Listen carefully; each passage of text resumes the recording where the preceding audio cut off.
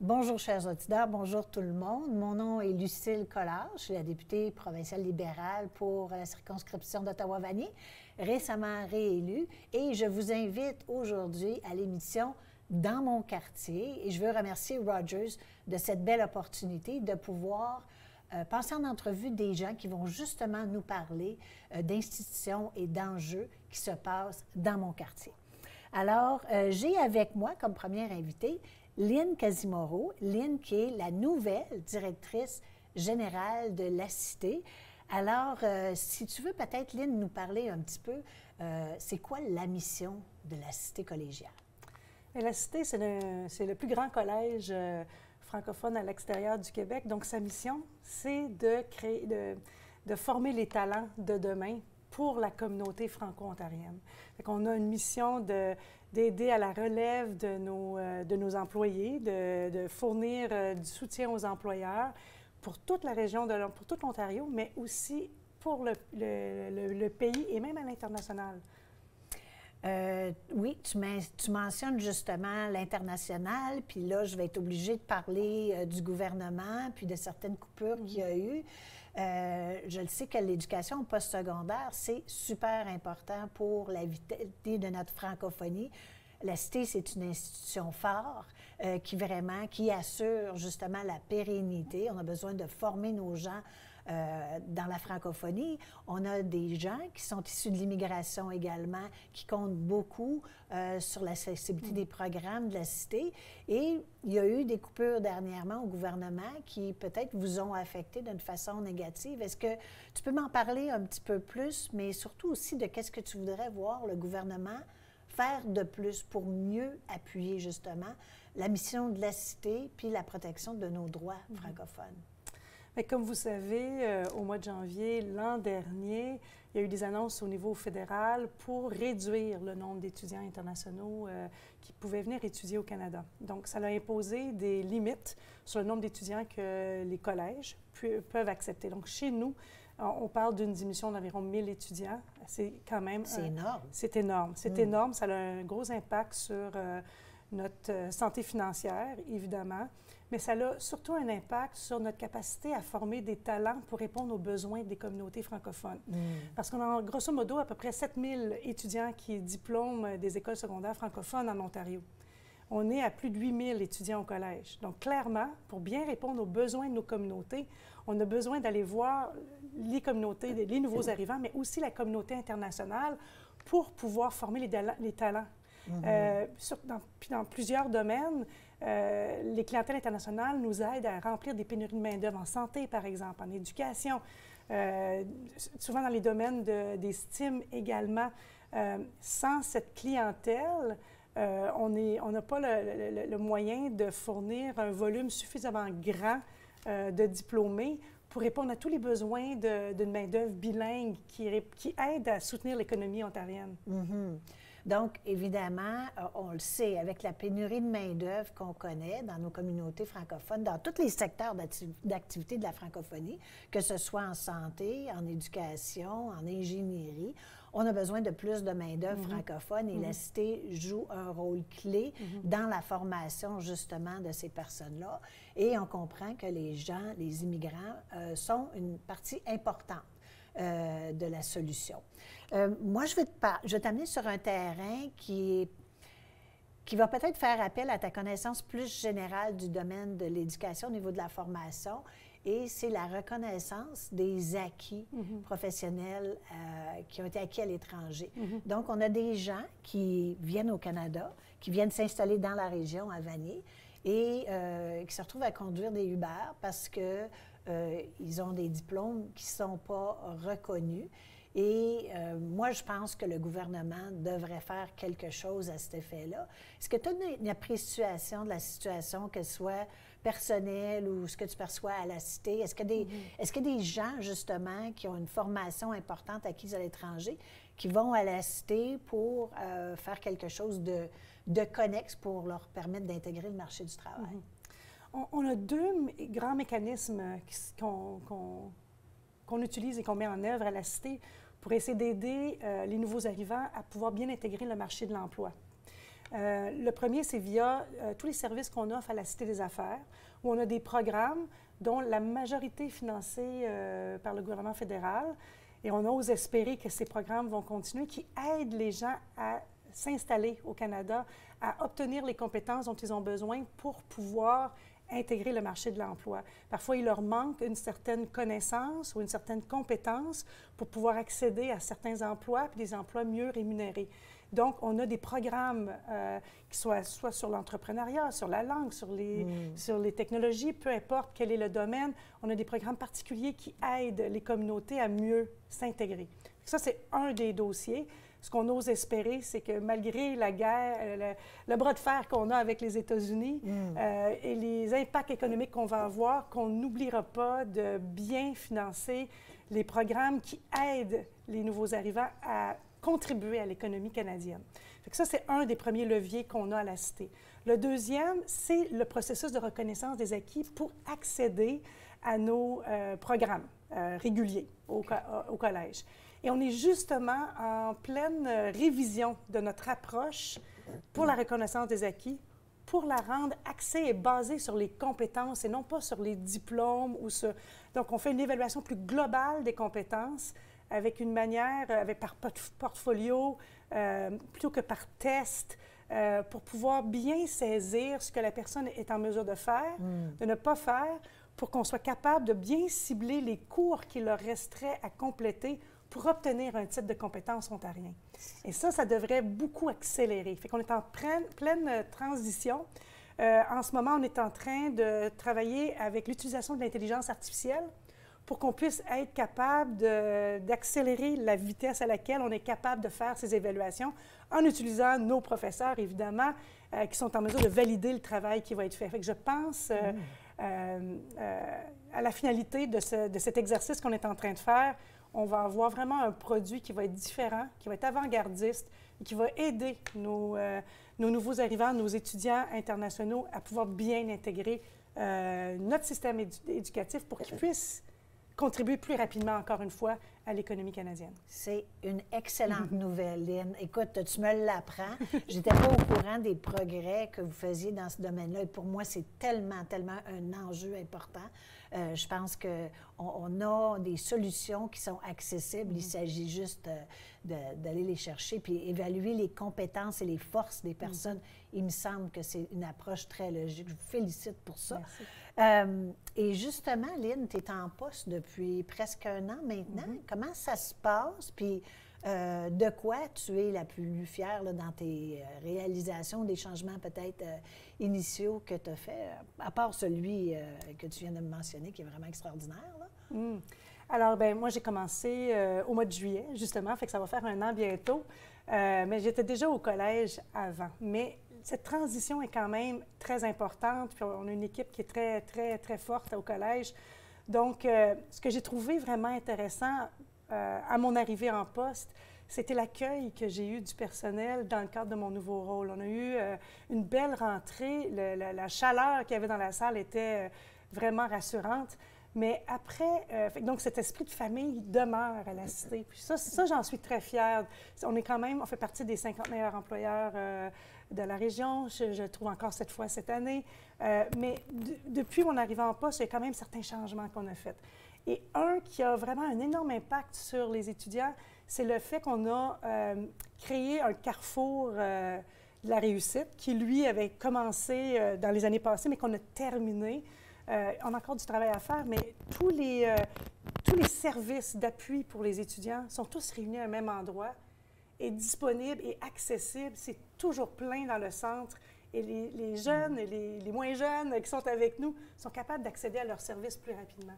Le deuxième qu'on a mis, qui est vraiment parallèle et attaché à ce projet-là, c'était de ramasser, ou si tu veux, de réunir ensemble tous nos services qui étaient liés au registraire et l'admission des étudiants, qui étaient à différents endroits dans le collège, mais qui sont maintenant à un même endroit, avec toutes les personnes qui sont liées à la révision, mettons, d'un dossier scolaire d'un étudiant, tous au même endroit. Donc, l'étudiant va à un endroit et les employés peuvent se parler, peuvent amener l'étudiant au bon endroit, mais n'a pas besoin de circuler partout dans le collège. Et ça a eu un énorme impact sur la rapidité avec laquelle on était capable de les desservir et la qualité du service qu'ils reçoivent.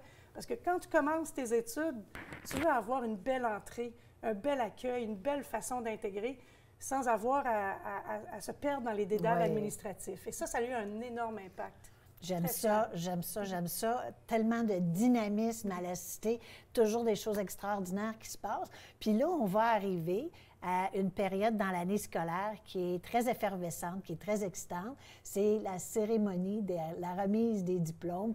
Un moment préféré dans mon travail parce que j'aime beaucoup me rendre à ces cérémonies-là.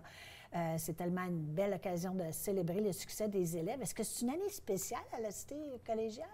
Oui, bien, on fête nos 35 ans cette année. Donc, la cité a été créée en 89. Mais la remise des diplômes, c'est toujours un moment très, très privilégié parce que c'est vraiment la culmination de notre raison d'être. Donc, puis les étudiants travaillent tellement fort pour obtenir leur diplôme, c'est une façon de les célébrer. Mais cette année, on va avoir atteint le cap des 50 000 étudiants qui vont avoir reçu leur diplôme du Collège La Cité. Et on va célébrer, lors de la célébration, au moins 2500 nouveaux diplômés pour contribuer à notre économie. C'est tellement, tellement excitant. Puis moi, j'ai très hâte de voir ça. Vous allez faire ça dans l'espace Excentricité? Oui. OK. Bien, pour ceux-là qui ne l'ont jamais vu, je pense que ça vaut vraiment la peine, là. Si vous avez une occasion d'aller à la Cité collégiale pour découvrir ce centre Excentricité-là, je vous le dis, ça vaut la peine. Écoute, on arrive à la pause, alors ça a passé très vite. Oui. On pourrait parler de la Cité collégiale encore beaucoup de temps parce qu'il se passe tellement de choses à la Cité. Merci, Lynn, d'avoir pris le temps de te joindre à moi aujourd'hui pour cette émission Dans mon quartier, dans laquelle la Cité collégiale est située. Et, chers auditeurs, on va prendre une petite pause et je vous reviens avec un autre invité après la pause.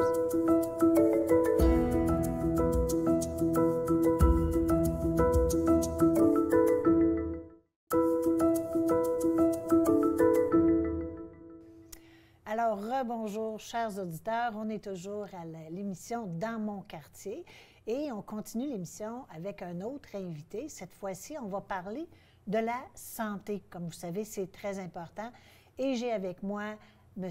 Alain-Michel Sécula. Alain-Michel, qui est colonel honoraire pour les services de santé des Forces armées canadiennes. Donc, quelqu'un qui a une grande expérience dans le domaine de la santé. Alain-Michel, bienvenue à l'émission. Bonjour, Lucie. Merci de m'accueillir. Bien, ça me fait plaisir. Alors, Alain-Michel, tu as beaucoup d'expérience dans le domaine de la santé. Parle-moi, comment va la santé en Ontario? Bien, c'est malheureux, mais la santé ne va pas bien. Et la santé pour les Franco-Ontariens va encore moins bien. Et je dirais, pour mettre un peu de contexte à nos téléspectateurs, il faut se retourner à la pandémie.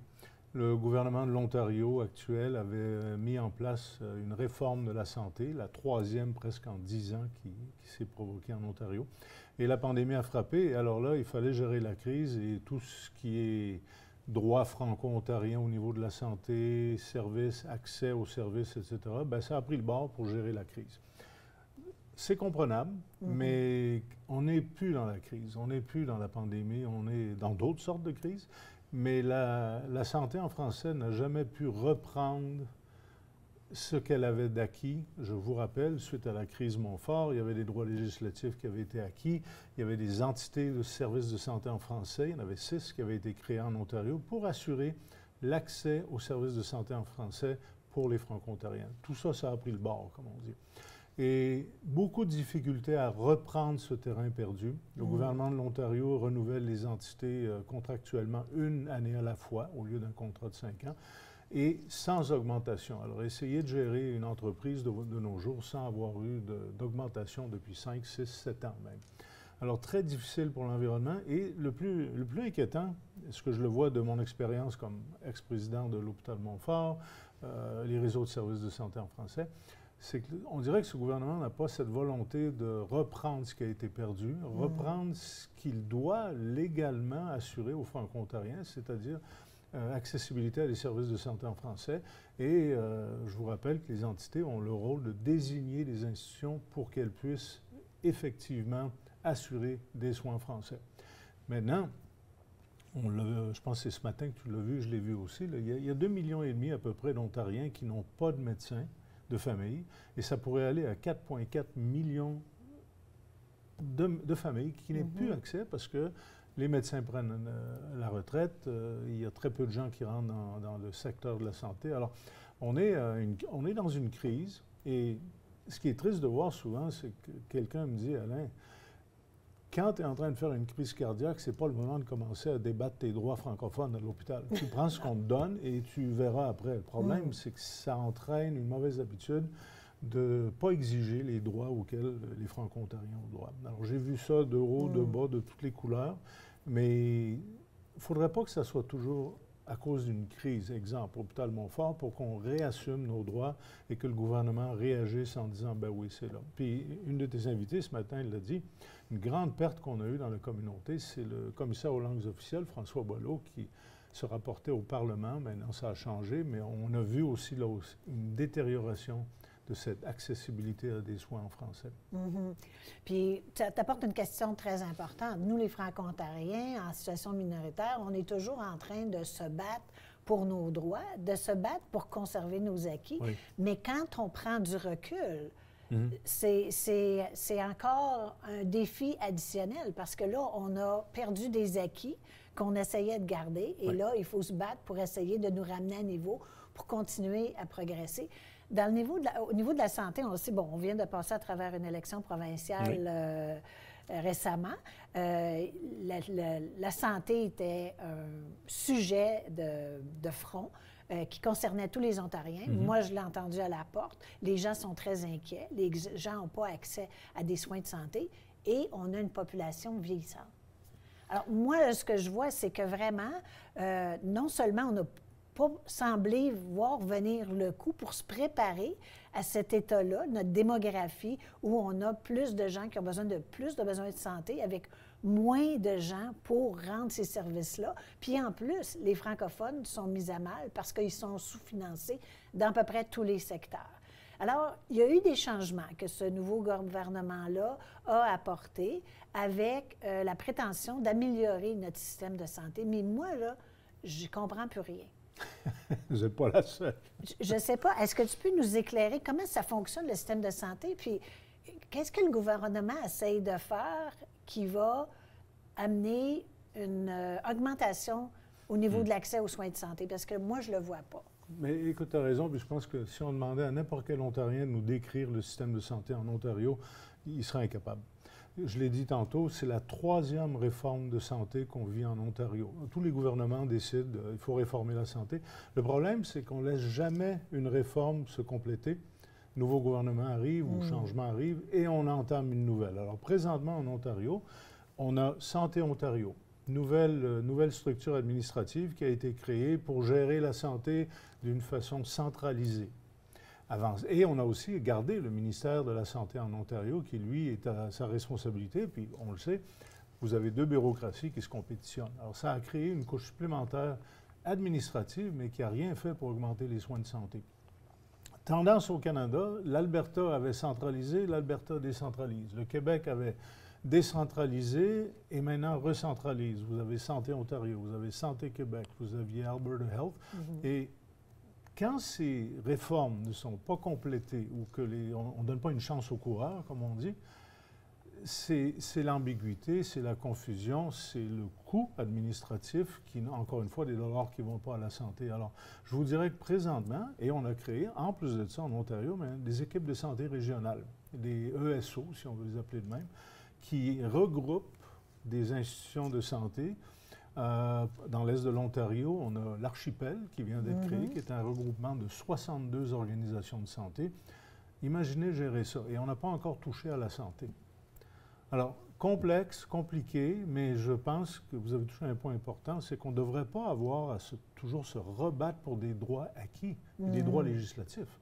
Ça devrait être acquis, on devrait peut-être progresser. Et c'est pas ça qu'on voit présentement. Alors, comme tout le monde, on vit ce qu'on a, on vit ce qu'on mérite peut-être un peu aussi, Mais c'est pas drôle, là, ce que les gens... Quand vous avez besoin d'un médecin, ce n'est pas le temps de vous faire dire vous allez être 3 ans sur une liste d'attente. Non, effectivement, puis c'est ça qu'on voit. Puis en fait, les gens prennent souvent le choix difficile de décider d'aller au privé pour pouvoir recevoir les soins parce qu'il n'y a personne qui veut vivre en douleur. Non. À un moment donné, ça devient intolérable. Puis quand on se fait dire, bien, ça va être encore plusieurs mois, puis en plus sans précision, les gens décident, bien, je vais prendre mes économies, puis je vais investir dans ma santé. Bien oui, parce qu'on le sait tous, si on n'a pas la santé, on ne peut pas vivre pleinement notre vie. Alors, on a besoin de meilleurs investissements de la part du gouvernement. Là, on a vu certains changements. Encore une fois, on essaie de comprendre comment tout ça va se décliner. On a eu la chance, je vais le dire entre guillemets, d'avoir un peu d'investissement à Ottawa-Vanier pour une clinique d'infirmières praticiennes qui va venir s'établir dans la région. Et ça n'a pas été facile d'aller chercher ce financement-là parce qu'encore là, c'était une demande de soumission ouverte où il y avait beaucoup de gens qui faisaient des demandes pour apporter une offre de service et il ne semblait pas y avoir de réception de la part du gouvernement de l'Ontario. Il a vraiment fallu pousser beaucoup pour finalement avoir un financement partiel, je vais l'avouer. Oui. Et là, il semble que le gouvernement ouvre encore une fois un autre programme où les entités vont devoir compétitionner pour aller chercher quelques miettes. Il me semble qu'on a besoin de quelque chose de plus substantiel que ça si on veut vraiment adresser l'accès aux soins de service en santé. Oui, puis les entités qui sont quand même des organisations, je rappelle, là, qui sont là pour assurer l'accès à des services de santé en français, qui sont là pour désigner des institutions comme étant capables de fournir des services de santé en français, ils passent leur temps à courir après du financement plutôt que de livrer des services. Alors, c'est une perte de temps qui pourrait être mieux investi s'il y avait cette pérennité financière qui était accordée par le gouvernement actuel. Mais je reviens sur un autre point aussi. La main-d'œuvre, c'est beau d'annoncer des programmes, c'est beau de dire que tout le monde va avoir un médecin de famille, c'est beau de dire qu'on va ouvrir une centaine de lits francophones, si on veut, en soins de longue durée, mais il n'y a pas de main-d'œuvre. Et alors là, on tombe dans les enjeux que vous avez discuté avec quelqu'un d'autre, c'est comment on fait pour reconnaître des titres médicaux de nouveaux arrivants qui pourraient nous dépanner. Alors, c'est un cercle vicieux. C'est pas juste l'argent, ça prend les ressources. Et en plus de ça, après, il faut les garder, ces ressources, parce que le moral dans le système de santé n'est pas toujours à son plus haut. Et d'engager quelqu'un pour le perdre 6 mois après parce que la personne dit « je ne veux pas vivre ces horaires-là ou ce style de vie-là », bien, ça ne nous fait pas avancer. Et toujours, quand on veut l'accès en français, on complexifie les choses. Alors là, ça devient beaucoup plus compliqué. Et alors là, l'enjeu que je disais tantôt, je veux-tu des soins ou je veux-tu me battre pour mes droits? Oui. Puis je pense que ce qu'on a besoin, c'est un genre de plan stratégique pour adresser ces enjeux-là, mais pas un plan stratégique qui implique juste un palier de gouvernement. Et moi, je déplore beaucoup que les 3 paliers de gouvernement ne travaillent pas mieux ensemble, justement, parce que, bon, le fédéral va donner de l'argent à la province va donner de l'argent aux municipalités de façon conditionnelle s'ils arrivent à faire quelque chose, mais on n'a pas de cohésion dans tout ça, puis on n'a pas des résultats concrets sur le terrain. Toi, tu as une expérience dans l'armée, là, notamment. Là. Est-ce que tu veux nous en parler un peu pour voir, est-ce qu'on faisait mieux de ce côté-là, étant donné qu'il y a un financement qui est peut-être séparé? Je dirais oui et non. Alors, comme tu l'as mentionné, je suis colonel honoraire avec les services de santé des Forces armées canadiennes qui sont basés à l'hôpital Montfort. Il y a un contrat qui vient d'être renouvelé qui permet à l'armée canadienne d'accéder à des services de l'hôpital, mais par contre, ils sont un système clos. Ils ont leur propre système de santé. Même chose.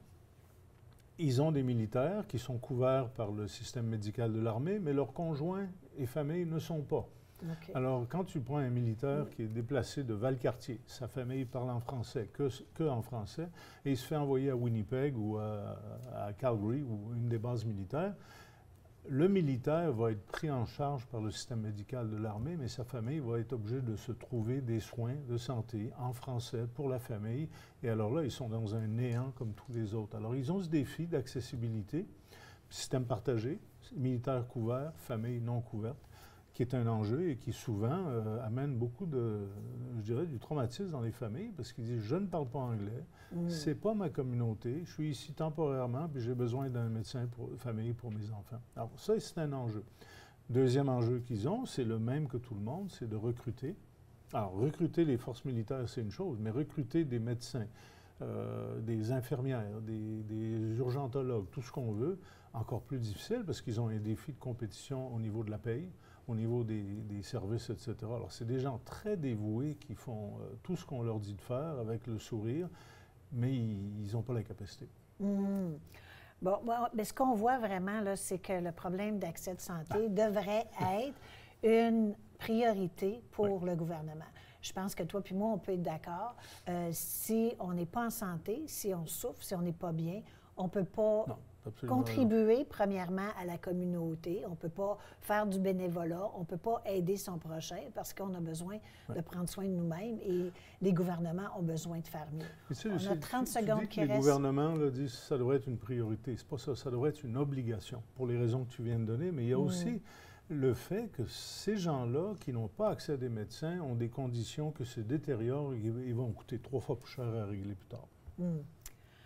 Bien, c'est déjà la fin de notre entrevue. Ça passait vite, hein? Évidemment, des sujets fascinants à l'émission Dans mon quartier. Alors, je veux remercier Lynn qui était ici plus tôt pour nous parler de la cité collégiale. Merci Alain Michel pour parler de la santé dont on aurait pu continuer à discuter encore très longtemps. Alors, beaucoup de travail à faire pour les francophones et pour tous ces enjeux-là qui sont importants pour notre communauté. Merci beaucoup, chers auditeurs, et à la prochaine, j'espère.